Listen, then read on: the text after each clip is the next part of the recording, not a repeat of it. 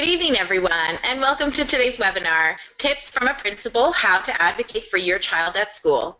My name is Allison Leach, and I'm the Preschool Director here at Morneau-Shapelle Children's Support Solutions, as well as an Ontario Certified Teacher. In my role at Morneau-Shapelle, I teach and oversee the preschool program designed for kiddos with special needs as well as those typical developing, where our goal is successful integration into the public school system. Tonight's discussion is an important one, and we want to share tips with you, and towards the end of the webinar, we want to be able to answer your questions. We also want to share our Parent Advocacy Guidebook that you'll find in the handout menu of the GoToWebinar control panel that you see to the right. As you see, before we get started, I'd just like to go over a few items so you know how to participate in tonight's events. A little bit of housekeeping. We've taken a screenshot of an example of the attendee interface. You should see something that looks like this on your own computer desktop in the upper right corner. You're listening in using your computer speaker system by default. If you would prefer to join over the phone, just select telephone in the audio panel and then the dial information will be displayed for you. You will have the opportunity to submit some questions at the end to today's presenter by typing in your questions into the questions panel of the control panel you'll see to the right. You may send in your questions at any time during the presentation. We will collect these and address them during the Q&A session at the end of tonight's presentation. Some exciting news, we have a special offer for Morneau-Shapelle's Children's Support Solutions. You can save $65 if you mention that you participated in tonight's Tips from a Principal when you book an appointment with Children's Support Solutions between now and March 31st, 2016, and we will waive the administration fee. After the webinar, visit our website at www.childrensupportsolutions.com or call us toll-free at 1-866-653-2397. Before we get started, I wanted to share with you a bit about what Morneau-Shapelle does.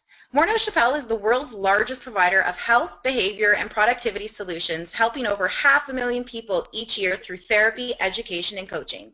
Children's Support Solutions works with families, schools, child care centers to identify children's needs and help them reach their potential. We work with infants to young adults of all abilities and believe that every child is unique and understanding that uniqueness is what we do best. We provide a wide range of services including screening, assessments, one-to-one and group interventions, medical, legal, rehabilitation, and solutions for schools and daycares. Children's Support Solution is family-centered and interprofessional, meaning that we always start with the questions, what will work for this child, and what is right for the family. We think about the mix of services that will help the child.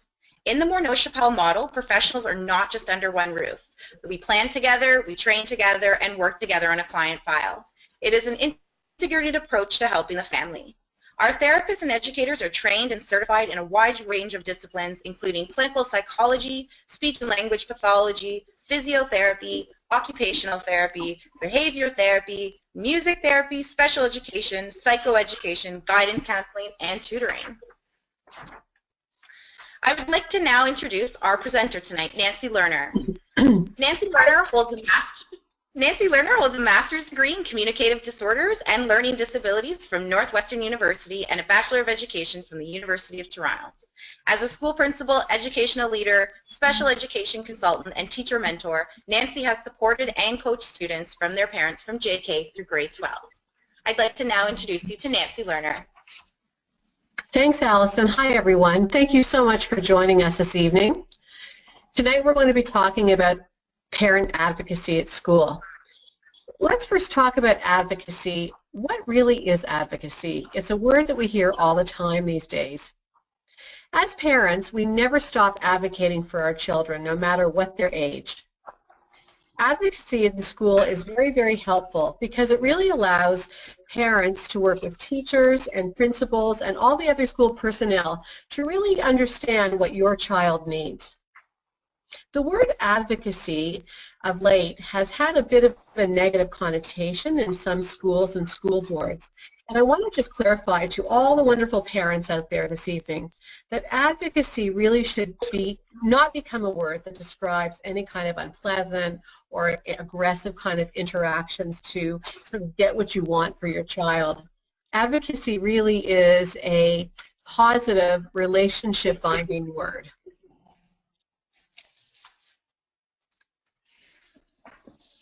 What is the parent's role? Some of you may know that the Ontario Ministry of Education takes a very holistic approach with its focus on the value of a parent's role in student achievement and well-being. In fact, many of the new teacher training programs in universities in Ontario are providing all the new teachers with methodology and understanding about how to include and value parent advocacy. The parent role is supported and always appreciated, not just for when parents have those little reasonable complaints or concerns, but it's a great opportunity for you parents to learn the skills to better engage with your child's school.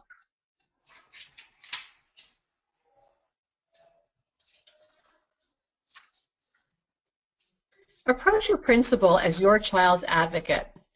This is a really important point that I'd like to make that a lot of parents are not aware of. If English is not your first language, by all means, please approach your school. Ask your school secretary, the vice principal, or the principal to provide you with a translator. In fact, most Ministry of Ontario documents can be provided in different languages. The goal is to have all parents feel included as advocates for your children. You can also come to school to learn. Approach your principal as your child's advocate. If it's possible at all, really try to familiarize yourself with the Ministry of Education, boards, and independent schools' policies and procedures around important issues like safety, special education, and parent engagement. The other very, very important thing is to know your child. And I can't stress this strongly enough, parents. It's really, really, really important that you provide the school principal with copies of any reports, any other documents from doctors or psychologists or occupational therapists that can help the principal and teachers best understand the needs and strengths of your child. Trust your principal. Remember that individuals become principals because they really want to make positive change happen in their school communities with all the stakeholders, with children, parents, and teachers. And kindly appreciate that every principal has their unique personality and style of leadership. Principals want to meet with parents in order to really understand your child's needs, strengths, and individual personalities.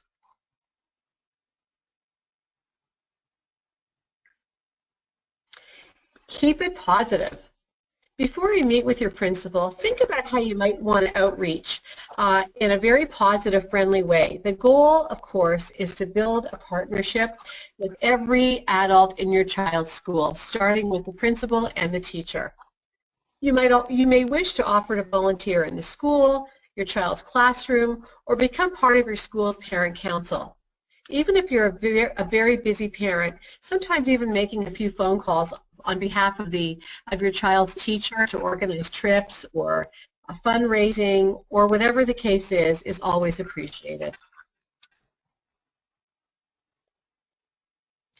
Keep it positive. Take a moment to email or call your principal and teacher and thank them for their efforts, even for small things. Remember, it's much, much easier to discuss challenging and bigger topics once a positive relationship has been established.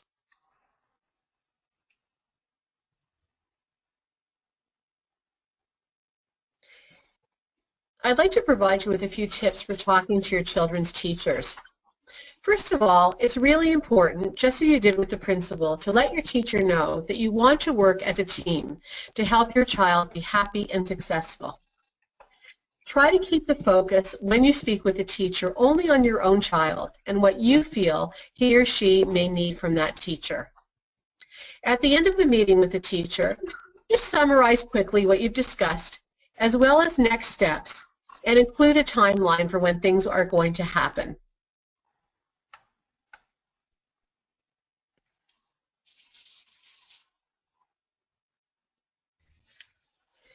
Special education. Well, we all know that special education is a huge topic. Again, I can't stress strongly enough, parents, to please set up a meeting with your principal at your school before your child starts at that school. to share as much information as you possibly can about learning exceptionalities, family, medical, or any emotional issues. By providing this important information, the teacher and the principal can start putting together an educational plan that will meet your child's needs at school. IEPs, school support team meetings, and IPRC requests can then follow.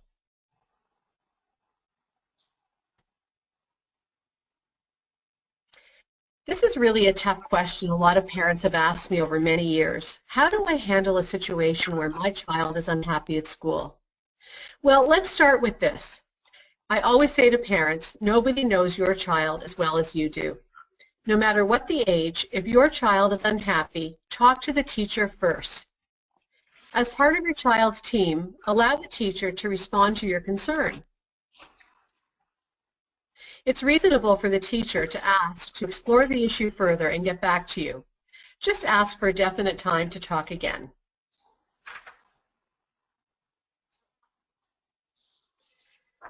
If your child is in grade 3 or 4 and up, bring your child with you to share their concerns firsthand. This allows your child to see that you are all on the same team, working in partnership, in collaboration, and that the teacher is a safe and caring person. I would recommend that you take notes at these meetings, ask for a follow-up meeting in about a week's time, and if you're still concerned, make an appointment to see the principal. So in summary, parents, advocating for your child is always important, no matter how old your child is. It's never too young to teach your child self-advocacy skills, even starting in kindergarten. Keep it positive.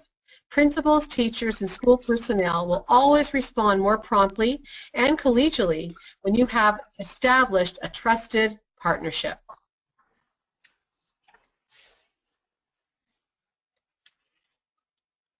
Educate yourself. Continue to learn about provincial, board, and school policies as well as community resources. Your child will always benefit from a collaborative team of parents, students, and principal.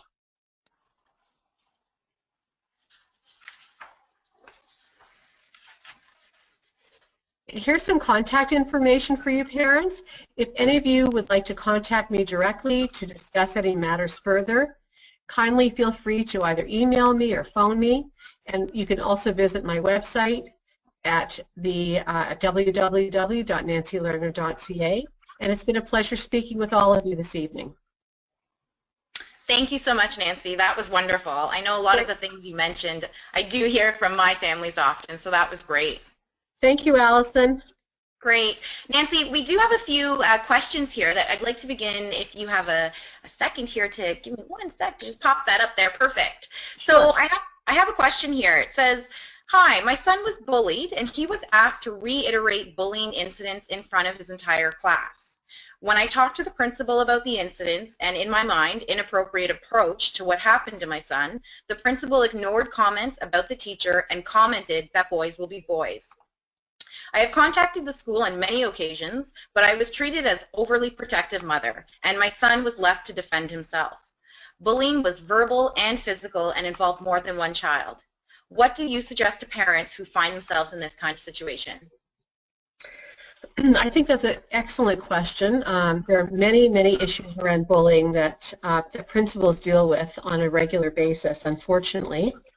Of course, without knowing or wanting to know specifically the name of the school or where the school is, I think it's important, first of all, parents, that you understand that every school has a safe school policy. It's very important to find out if your child is in the Toronto District School Board or another school board in Ontario. There is a definite safe schools policy. Get your hands on that safe school policy, read it carefully, make an appointment to meet with your principal and review that policy word for word. It's also very important to contact your principal, go and make an appointment and see the principal, and talk about the fact that bullying is a very, very problematic and could be a long-term emotionally damaging situation, and that you'd like him to contact the school social worker to get involved with your child and with the school team. It's a very serious matter. And if your principal is not taking it seriously and you reviewed the safe school policy, then I would contact the school superintendent and have a meeting with the school superintendent and the principal. Your child is being harmed. Bullying is a very serious issue. And I always urge people to start with the teacher first, and if you're not successful, go to the principal. Again, if your principal is not paying attention to the importance of this very serious matter, again, check the safe school policy. Even if you're in an independent or parochial school, every school must have a safe school policy. The other thing you can do is contact the Ministry of Education, and the website is very easy to find, and speak to somebody there to get information and their policies, or look it up yourself on the website about safe schools and bullying, anti-bullying policies. If I can be of any help, you can contact me directly. I hope this has been helpful information. That was great, Nancy. Thank you so much. Thank you. We have time here, so we have another question from Liz, and it's inquiring, and again, another one I hear all the time. Can we request one-to-one support? Okay, so that's Liz, thanks for the question. It really depends on where your child is at school and what the nature of the learning exceptionality is. Typically, if you're in the Toronto District School Board, for example, and you go through the IPRC process, your child is deemed to have a learning exceptionality. A parent cannot request a one-to-one assistant. However, what you can do at the IPRC meeting and with your school principal is request that any possibility of having a special needs assistant who's in the school might be able to give some time to your child. It's one area of real struggle that school boards are facing right now because of cutbacks to special education. But parents really are not allowed to ask for a one-to-one assistant. Again, it has to go through the IPRC process and then through your principal as well. Great. Thank you so much again, Nancy. Thank you. Another question here. Does the board have different guidelines for special needs classrooms versus regular classrooms? I'm not sure what you mean. First of all, it depends on the board that you're referring to. I'm not familiar with the guidelines of all the boards in Ontario. I can speak to the Toronto District School Board. I'm not quite sure. Maybe you could please clarify what you mean by guidelines? Sure. I mean, maybe I can help here in terms of, you know, what requirements, and I mean, I can just speak from the conversations I have with my families in terms of, you know, ratios, class sizes. Are they? Mm-hmm. Yeah, absolutely. Oh, so that's the guideline you're referring to is class size? I mean, I'm just hoping that that's what I'm answering here, and if I'm not, please, Liz, do write in and let us know if I'm not. But I speak from where my families come from, and that is the question I get. So sure, absolutely. So if the question is about class size, the Ministry of Ontario determines the class size in every public education school in Ontario.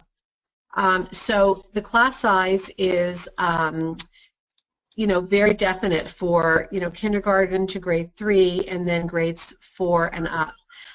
Special education classes typically have fewer children than the regular classroom. That would be the ideal, and typically that is the case. If your child is in a self-contained class called an ISP class, and it's a very large class, like 25 kids, then I would be a little concerned about that. I don't know that that's helpful, but if that's answering your question, I hope that it, you know, I hope it did answer your question. If not, Liz, please ask me again. Thank you so much.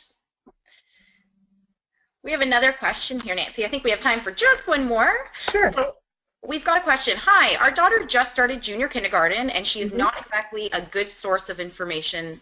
Sorry. Excuse me. Sorry. I think I'm missing a line here, but I'm going to read between the lines here. I think what she's saying is her teacher might not be a good source of information. Oh, I'm sorry. No, her daughter. I apologize. Her daughter's not a good source of information when we ask her questions about her day. Right. We struggle because we want more information, but we feel very little trickles back to us. This is especially relevant with the job action being undertaken by the elementary teachers. Mm-hmm. They are being encouraged to limit communication. How do we feel more involved with our child's activities at school? This is a really excellent question, and I was sort of chuckling to myself because being very familiar with students in JK, they're definitely not a good source of information beyond, wanting snacks and candy and whatever and playtime. Right. But one thing that might be helpful is just to understand that your child's very little, and they're just beginning to understand school themselves. So you cannot rely on a young child's information about what's really going on in the classroom. I think that they're talking about two separate issues here. One thing that I really would recommend you do is ask more specific questions of your child, and not too many, because children get overloaded and they're just trying to process their day themselves, and they're tired at the end of the school day. But it might be a nice time at bedtime when you're putting your child to bed or over supper, just to ask them a more, not so much an open-ended question, but more of a closed question. For example, tell me the name of one of your friends that you played with today.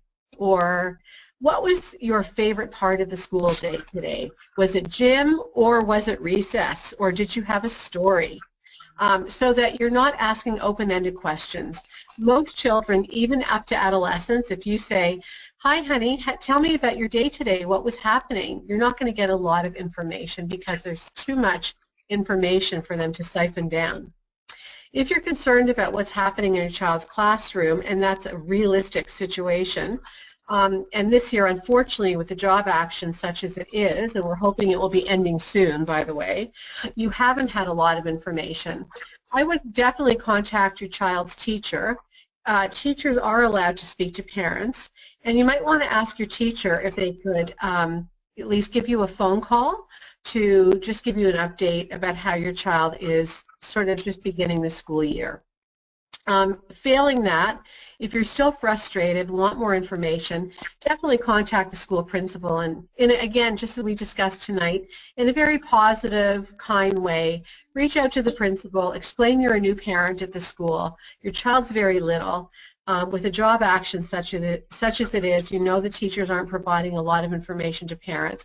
You just want to know how things are going and what's going on in the classroom, and how can you expect to be informed from this point on. Does that make sense? That was great, Nancy. Thanks so much. Thank you. We do have other questions, and I do see them. Gina, I do see your great question here, but we are running short on time. Nancy, you've been wonderful. Fellow listeners, we will have the opportunity to absolutely answer all of your questions that we see here. We're going to wrap up, though. So, again, thank you, Nancy. That was great. Thank you, Allison, and thank you to all the parents out there. I look forward to hearing from you and answering your questions in the future. Thank you, Nancy. And just one last reminder that we do have a special offer for Monroe Chappelle's. When you call in to book, you will get the administration fee waived of $65. You do have our contact information listed there at www.childrensupportsolutions.com.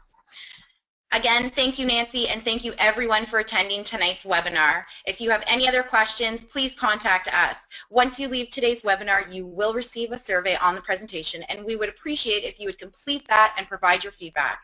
You will also receive a follow-up email within 20 to 48 hours with a link to a view of recording tonight's webinar.